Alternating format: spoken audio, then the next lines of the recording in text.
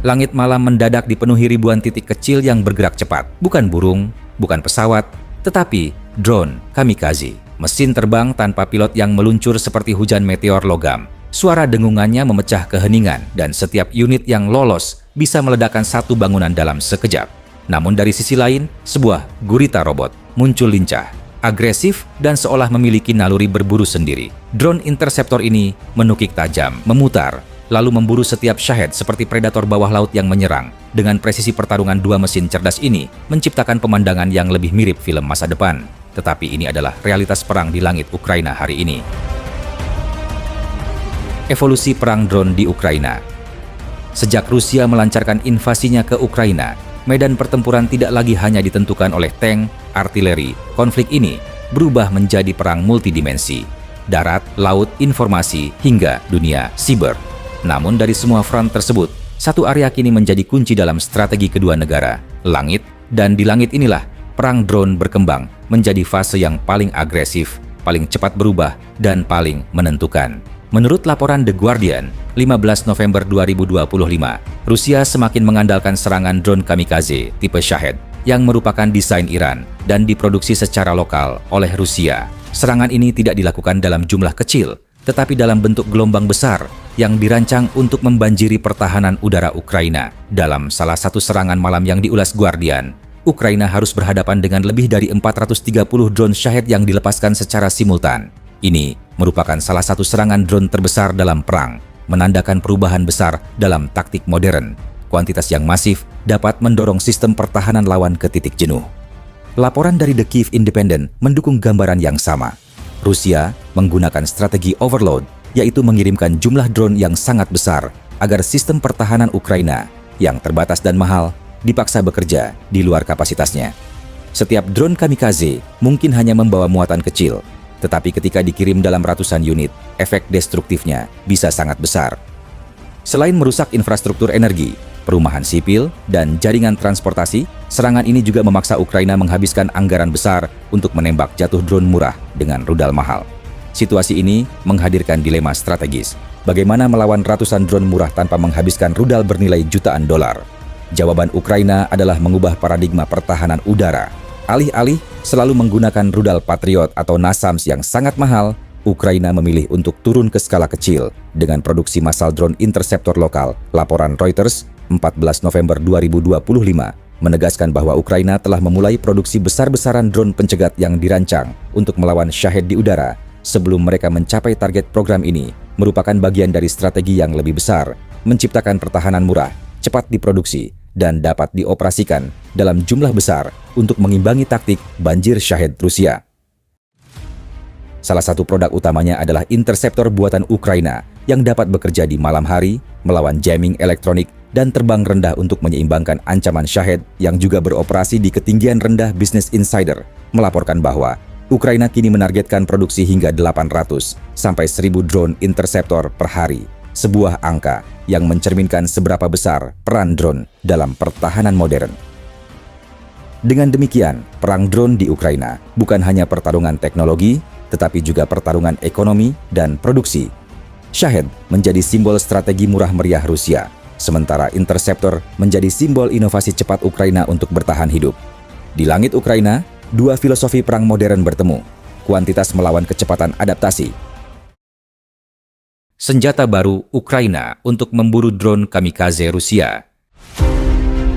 Ketika serangan drone Rusia meningkat dalam skala yang belum pernah terjadi sebelumnya, Ukraina memahami bahwa sistem pertahanan udara tradisional saja tidak cukup untuk menghadapi ancaman baru ini. Rudal Patriot, NASAMS, dan Iris-T memang efektif, tetapi biaya operasionalnya sangat tinggi dan tidak dirancang untuk menghadapi serangan ratusan drone murah secara bersamaan. Dari kebutuhan inilah lahir Octopus, sebuah sistem drone interceptor yang dikembangkan oleh industri pertahanan Ukraina dan kini menjadi salah satu inovasi paling relevan dalam perang modern. Menurut laporan Liga News, Octopus telah resmi memasuki tahap produksi massal setelah menjalani serangkaian uji coba di medan tempur. Menteri Pertahanan Ukraina menyampaikan bahwa 3 perusahaan lokal telah menerima teknologi awal untuk memulai produksi, sementara 11 perusahaan tambahan sedang bersiap membuka jalur produksi mereka masing-masing. Penyebaran produksi ke banyak produsen ini adalah strategi Ukraina untuk mempercepat kuantitas, menghindari ketergantungan pada satu sumber, dan menjaga kontinuitas pasokan.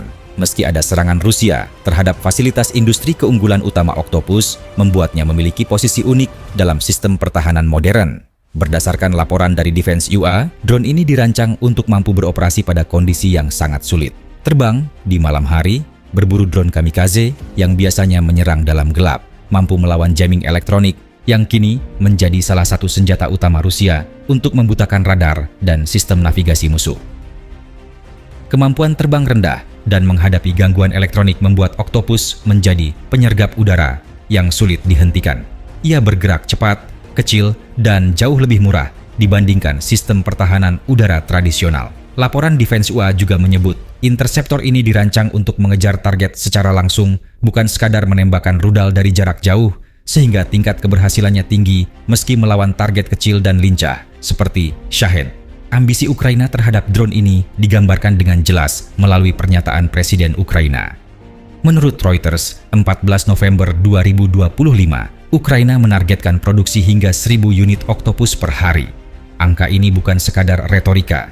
Ukraina telah mengubah puluhan pabrik elektronik dan bengkel teknis menjadi pabrik drone, menciptakan industri baru yang berorientasi perang dalam hitungan bulan.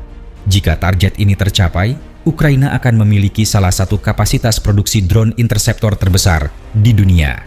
Proyeksi kemampuan produksi ini juga dikonfirmasi oleh Business Insider yang mencatat bahwa Ukraina telah mengalihkan sebagian besar anggaran militernya ke teknologi drone, baik drone kamikaze maupun interceptor, karena keduanya terbukti paling efektif dalam menghentikan serangan Rusia tanpa menguras anggaran.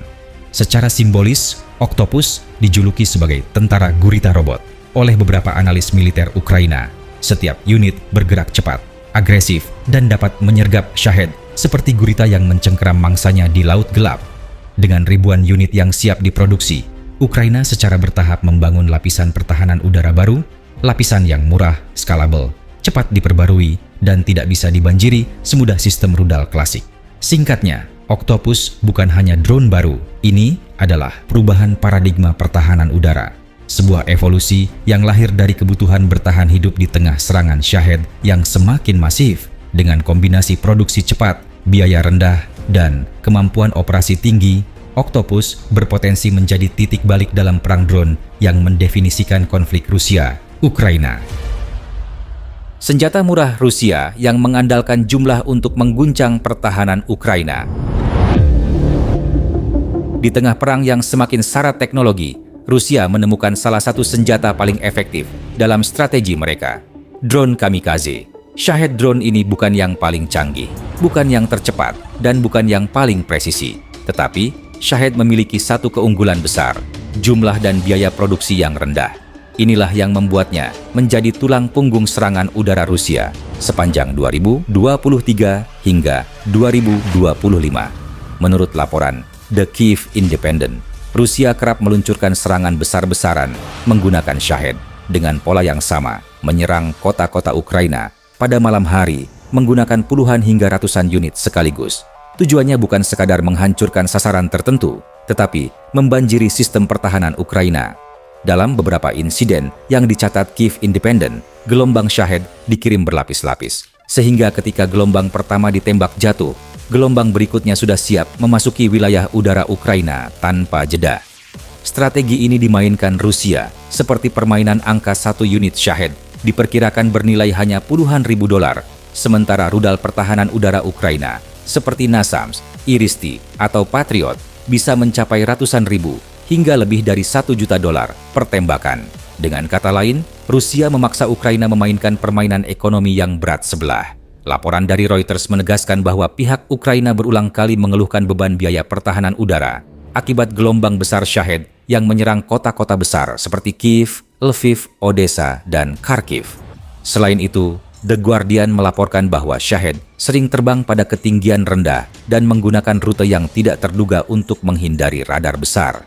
Mereka juga kerap terbang dalam formasi yang membingungkan, sebagian bergerak cepat, sebagian lambat, sebagian zigzag, menciptakan pola yang menyulitkan sistem radar konvensional.